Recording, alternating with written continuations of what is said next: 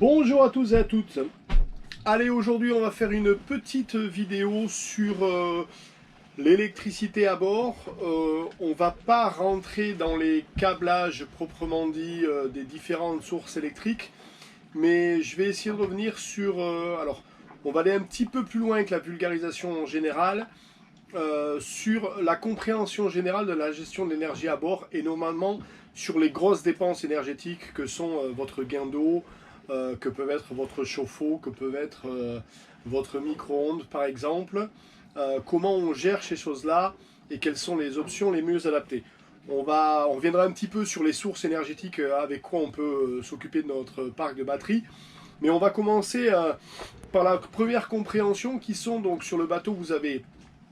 Pour ceux qui ne savent pas, on va revenir dessus, pour ceux qui savent, c'est juste du rappel. Donc vous avez deux parcs différents en général. Vous avez un parc qu'on appelle le parc de service. Donc ce sont des batteries qu'on va mettre en parallèle, souvent en 12 volts. 24 volts c'est assez rare en Europe, à part sur les grosses unités. Ce parc de batteries-là va gérer tout ce qu'on appelle la vie du bateau. Donc absolument tout, à part normalement le démarrage du moteur. Et en général, le gain d'eau est aussi avec la batterie démarrage moteur. Et après, on a un parc de démarrage qui est donc la batterie de démarrage du moteur sur laquelle on met votre moteur et sur laquelle on met en général le gain d'eau avant. Pourquoi on met en général le gain d'eau sur la batterie de démarrage moteur? Puisque normalement, quand on se sert du gain d'eau à l'avant pour lever la chaîne, on a toujours le moteur allumé puisqu'on avance sur la chaîne au fur et à mesure qu'on remonte. Donc ça permet à l'alternateur de fournir en même temps que on se sert de l'énergie sur le gain d'eau et donc de ne pas trop taper dans la batterie à ce moment-là.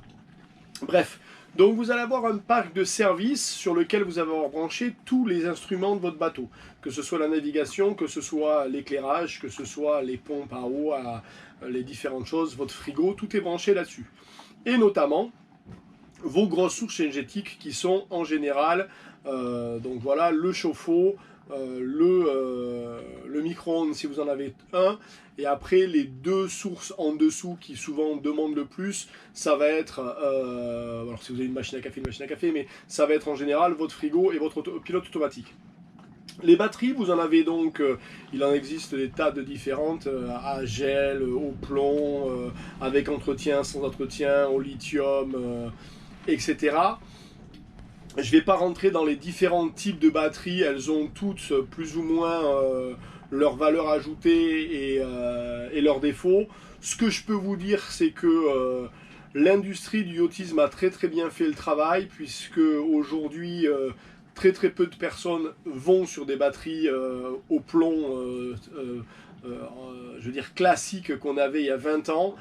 Et pour avoir équipé donc Sol avant avec deux batteries au plomb que j'avais acheté en Colombie, je peux vous assurer que ça fait aussi bien le travail que des batteries au gel qu'autre chose.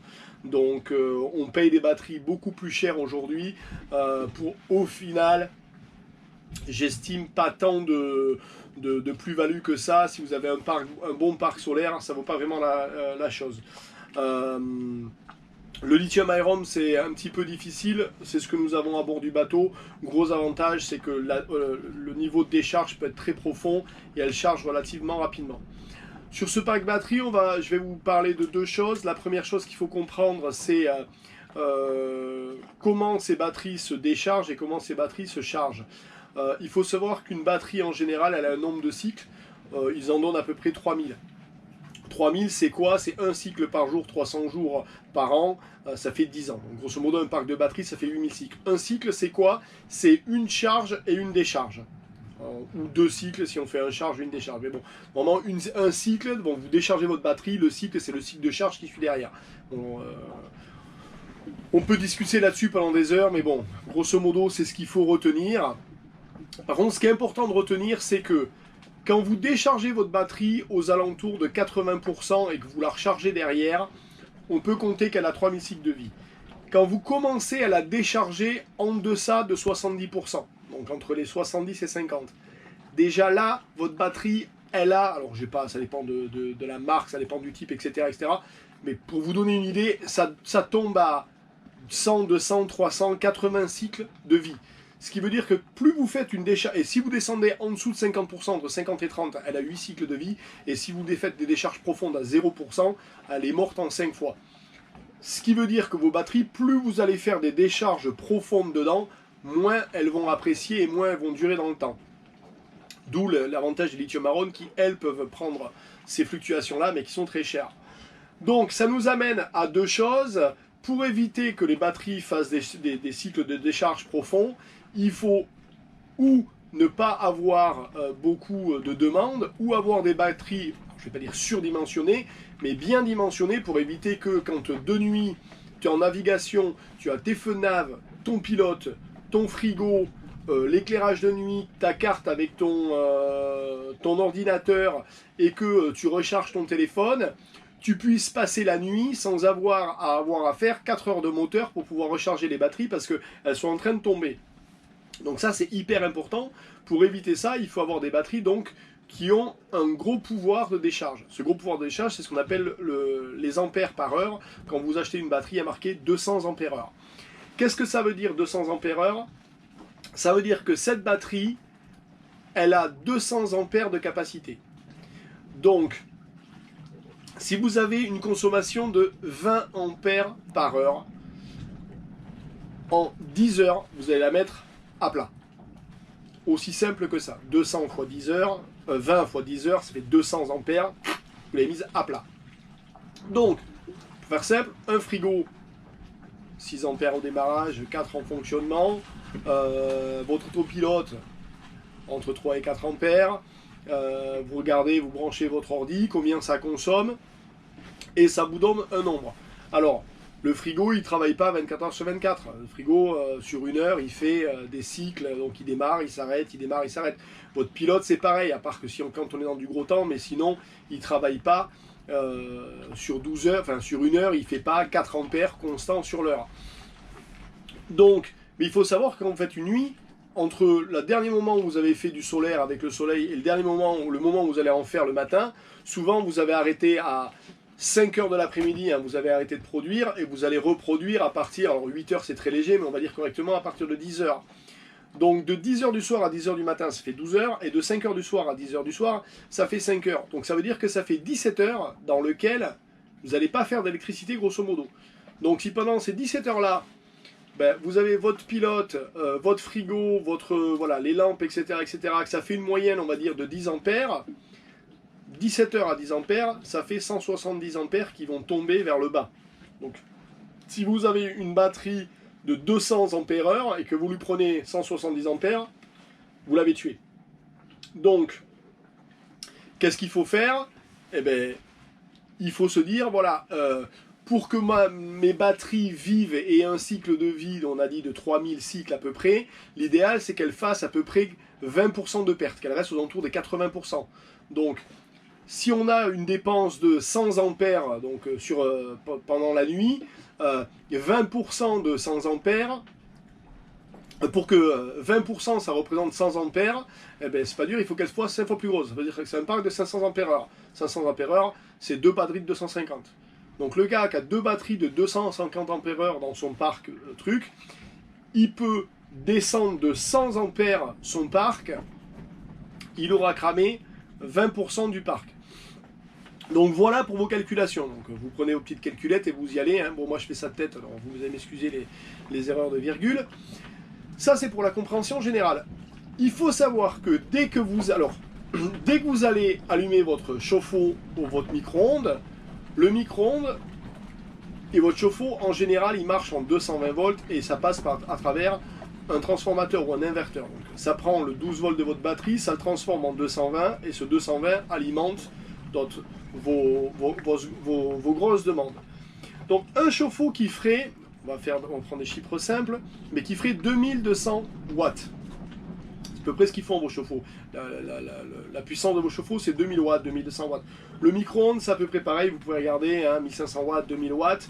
Donc il faut savoir que 2200 watts en 220 volts, c'est 10 ampères. Mais pour fournir ces 2200 watts en 12 volts, là, c'est plus la même. 1200 watts en 12 volts, c'est 10 ampères, c'est 100 ampères. Attendez que je dise pas de bêtises. Alors on va le faire au... Je vais le faire de tête.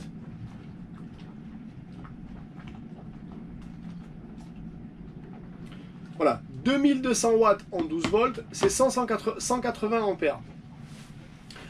Donc, quand vous mettez votre chauffe-eau à sortir, il lui faut 180 ampères pendant le temps pendant lequel il fonctionne pour pouvoir fournir à votre la résistance qui est à l'intérieur ou votre micro-ondes pour pouvoir fournir l'électricité nécessaire pour pouvoir faire tourner cette alimentation-là. Autant vous dire que 180 ampères pendant un quart d'heure, la batterie elle prend mal. 180 ampères par un quart d'heure, il faudrait faire, donc un quart d'heure c'est un quart de heure, donc 180 que divise 4, que divise 4, grosso modo ça, vous venez de taper 45 ampères donc, sur la batterie, c'est 45 ampères heure, hein, d'accord. 180 ampères pendant 15 minutes, c'est égal à 45 ampères sur une heure. Donc vous venez de taper 45 ampères sur votre batterie. Si vous avez une batterie, donc un parc qui fait 500, on va dire 450 ampères heure, vous venez de taper 10%. Donc voilà, ça va aussi vite que ça. Donc ce qui veut dire que ces éléments-là, en général, quand vous devez les alimenter, ou vous avez un chauffe-eau qui est couplé avec votre moteur, et quand vous faites du moteur, ça chauffe le chauffe-eau et vous l'avez, ou ça passe par l'inverteur, et il vaut mieux à ce moment-là avoir une source extérieure qui va vous produire du 220 volts et qui va l'alimenter en direct. C'est pour ça que quand on a une cafetière, un four micro-ondes, un rice cooker, où on a un chauffe-eau électrique, et qu'on veut les mettre en marche, le mieux c'est ou d'avoir un petit générateur qu'on branche qui alimente le 220 volts et qui alimente ces produits-là, donc on peut faire marcher sa cafetière sans taper dans les batteries, ou on démarre son moteur et à ce moment-là, on a notre alternateur qui va fournir en fonction de l'alternateur 40 ampères ou 45 ampères heure en 12 volts, ce qui va permettre de pallier aux besoins de ces gros appareils. Donc, souvent, quand les gens ont des parcs de batterie, ce qu'on se rend compte, c'est que quand vous vivez beaucoup au quai, on ne se rend pas compte de ça parce qu'on part à la journée, on va naviguer. Pendant la journée, on ne fait pas travailler ni le micro-ondes ni le chauffe-eau. On rentre le soir, on se branche à la prise de quai et on se dit ouais, mes batteries elles tiennent super bien. On a été naviguer toute la journée, on est parti. Les panneaux solaires, ça marche bien. Oui, ça marche très bien. Sauf que quand tu veux partir et encore une fois, c'est ce qu'on essaie de faire nous sur cette chaîne YouTube là. Quand tu veux partir et vivre un petit peu en autarcie avec le bateau, te dire tiens, on va être aux Aves, au Venezuela dans quelques mois, c'est une île où c'est du sable blanc, il n'y a pas d'électricité, pas d'internet, pas de maison, rien. C'est comme dirait Coluche, la zone, pas un troquet, pas une mobilette. Donc forcément, quand tu es là et que tu te dis tiens, j'y resterai bien 2 semaines, il va falloir que pendant 2 semaines, tu puisses vivre à bord de ton bateau de façon normale, à savoir prendre des douches pour prendre un petit déj, faire de l'eau chaude si tu trouves que l'eau est trop froide, bien qu'on est dans un endroit tropicaux, donc vraiment l'eau est à la température de la coque et la coque est à la température de l'eau extérieure, donc on est à 25-26 degrés pour prendre la douche. Mais voilà, pouvoir te faire un café, pouvoir faire tourner ton micro-ondes ou pouvoir faire du riz, c'est là où on se dit, bon, il faut que j'ai ou un petit générateur ou que je fasse tourner mon moteur pour faire ça, ou sinon la deuxième option, c'est ce que les gens appellent en général l'être complètement green à bord du bateau, c'est de se dire, je vais avoir un parc de batterie qui est capable d'encaisser ce dont j'ai besoin, et je vais avoir assez de panneaux solaires pour pouvoir pallier et recharger durant la journée ce parc de batterie. Donc voilà à peu près comment ça se passe. Et là pareil, les panneaux solaires, je vous engage à regarder les vidéos techniques sur le choix des panneaux solaires, les contrôleurs MPPT, comment on les met, pourquoi il faut les mettre en parallèle et pas en série, malgré ce que vous allez lire partout. Je le répète encore une fois, ce sont les ombres portées. Quand vous avez 2 panneaux en série, l'ombre portée, donc votre Patara, l'antenne VHF qui fait une ombre sur votre panneau, quand ils sont en série, l'ombre sur un panneau annule tous les panneaux de la série, qui sont les uns derrière les autres. Un panneau coupe tous les panneaux. En parallèle, uniquement la partie du panneau qui a l'ombre, si c'est un 3 diodes, sera coupé. Bref, vous avez une vidéo complète là-dessus sur les vidéos techniques, je vous engage à aller la voir. Donc contrôleur MPTT et panneaux en parallèle, je vous le conseille. Et donc voilà, panneaux solaires ça vaut pas cher. Pareil, allez voir le site qui s'appelle PVGIS. Ça va vous donner l'ensoleillement annuel dans la zone dans laquelle vous êtes et par mois. Il faut savoir que plus on descend et plus on est près de l'équateur, plus on a d'ensoleillement, plus les panneaux solaires sont efficaces. Donc dire à un mec qui est en Bretagne, t'as combien de solaire pour ton bateau parce que moi j'y arrive pas, ça veut rien dire, puisque le gars qui est de l'autre côté, peut-être aux Antilles, il a 5 fois l'ensoleillement qu'a le breton. Voilà, c'est comme ça. Donc n'essayez pas de comparer des puissances et des batteries si vous n'êtes pas dans les mêmes lieux géographiques, vous n'avez pas le même soleil. Ça paraît très simple et bête à dire comme ça, mais je lis très souvent ça sur les groupes Facebook. Ouais, moi j'ai ça et ça cherche pas. Et l'autre il lui répond, mais moi j'ai la même chose, ça marche très bien. Et oui, il y en a un, il est en Martinique et l'autre il est dans le golfe du Morbihan. Forcément, au mois de décembre, ça marche pas de la même façon. Donc voilà pour revenir sur la compréhension générale. Alors je ne vais pas vous donner forcément, donc il faut prendre voilà, deux batteries de 120 ampères, ça fait 440, 220 et machin truc. Ça dépend de votre bateau, ça dépend de votre consommation. Moi ce que je peux vous dire qu'on a à bord aujourd'hui et comment on fonctionne, donc nous grâce à notre ami Christian que je salue, on est en lithium à bord. Nous, on n'est pas très fort en batterie. On a 180 ampères en lithium-iron. Donc, vous voyez, on a deux batteries de 90 qu'on a mis en parallèle. Donc, deux batteries de 90 ampères en parallèle, ça fait 180 ampères. On a 350 watts de solaire. Et on a passé le bateau en LED. La consommation journalière du bateau à 11 heures, mes batteries sont à 100%, et entre 11 heures et 14 heures, je peux faire tourner mon dessal qui prend 40 ampères, et entre 14 heures et 16 heures, je ramène les batteries à 100%. Enfin, pas 40 ampères, il fait 28. Donc voilà, je ramène les batteries à 100%. Ce qui veut dire que moi, dans un mouillage, avec la configuration que j'ai aujourd'hui, et dans les zones dans lesquelles on est, dans le sud, on arrive à pallier complètement à nos demandes. Par contre, on n'a pas de chauffe-eau à bord, donc nous on fait chauffer un petit peu d'eau sur le gaz et puis on le met dans la douche solaire, ça marche très bien. Et puis dès qu'on est au soleil, on fait chauffer la douche solaire. Par contre, mon rice cooker, puisqu'on aime bien avoir du riz de qualité à bord, on ne fait pas la casserole, ça nous économise du gaz. On a un petit générateur qui fait 2200 watts, 2800 watts. Et donc on démarre le générateur pendant 12 minutes ou 15 minutes, le temps de faire tourner le rice cooker. Ça nous charge aussi les batteries quand on fait ça le soir à 20h. Et c'est avec ça qu'on fait notre 220. Le micro-ondes, pareil, tourne avec ce générateur. Ce qui veut dire que je ne fais pas tourner ces gros éléments sur mon pack de batterie. Je les fais tourner avec un générateur extérieur. Et en navigation, quand on est sur les grosses traversées, au jour d'aujourd'hui, je n'ai pas besoin de faire de moteur la journée pour recharger mon parc. Ce qui veut dire que la journée, avec l'ensoleillement qu'on a, si je prends la barre de 8 à 10, j'ai assez d'électricité jusqu'à minuit. À minuit, j'ai mes batteries qui sont à peu près à 78%. Et là, je fais 3 quarts d'heure à 1 heure de moteur. Et je les ramène à 96, 98, ça dépend. Je coupe mon moteur et ça me suffit pour revenir à minuit le lendemain. Donc nous, quand on est en nave transocéanique ou en interîle, on arrive à faire 1 heure de moteur par jour. 45 minutes. Gilou qui est à côté, qui est sur du gel, lui il avait des ombres portées, puisque sur le portique il lui avait mis des antennes et des antennes GPS à côté des antennes VHF. Donc n'avait pas assez pour... il a un congèle en plus que nous, n'avait pas assez pour recharger durant le jour. Il a un peu moins de solaire, il en a 200 watts. Et il s'avère que rien qu'en ayant viré les ombres portées, donc on a enlevé toutes ces antennes là, on les a foutues ailleurs sur les panneaux, aujourd'hui il arrive pratiquement à taper la journée, il n'a plus besoin d'allumer son groupe ni son moteur, il arrive donc pratiquement à faire le travail. il va, je pense, très rapidement après la Transat mettre un peu plus de solaire. Je pense qu'il va mettre 350 watts aussi. Et il sera dans le même cas que moi. Il pourra faire ses journées complètes avec sous pilote sans avoir, excusez-moi, sans avoir à toucher. Et les nuits, une petite heure de moteur, pareil entre minuit et 2. Alors lui, il lui faut un peu plus puisque sa technologie à lui, c'est du batterie gel et elle met un peu plus de temps à remonter.